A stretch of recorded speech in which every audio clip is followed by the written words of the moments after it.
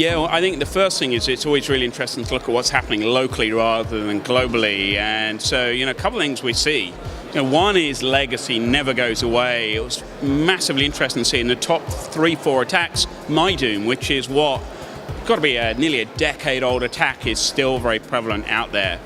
The second we see is most attacks are still really coming into the UK via email, whether that is corporate SMTP email or webmail accounts. We see a lot happening through that route.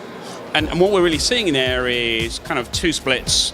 One is still that kind of middleware, which is attacks that are that kind of drop-off point to installing other things. The other half really is that growth in ransomware, whether it's kind of low-end ransomware or things like Cerberus, which are ransomware as a service.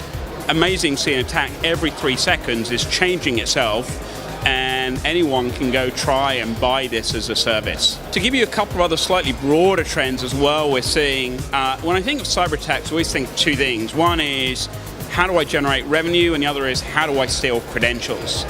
So from the credential side, what we're seeing is more and more attacks starting to try and leverage those cloud resources. Go, how do I get your username and password, whether it's for Office 365 or OneDrive or any other cloud service or SaaS application?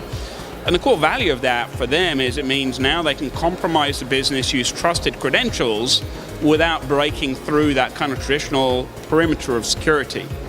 At the same time, we're seeing financial fraud changing as well. As we see more and more cryptocurrencies, we saw the Bitcoin rise and fall in recent months.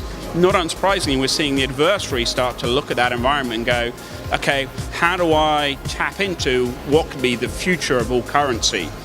Whether that is trying to break into the communications, preempting things like offers of new currencies, being the man in the middle of that, or even just trying to compromise public systems and use those to go harvest coins. We're very much seeing that infancy of how do I move my attacks into the space, this is the criminal, that money is now moving into.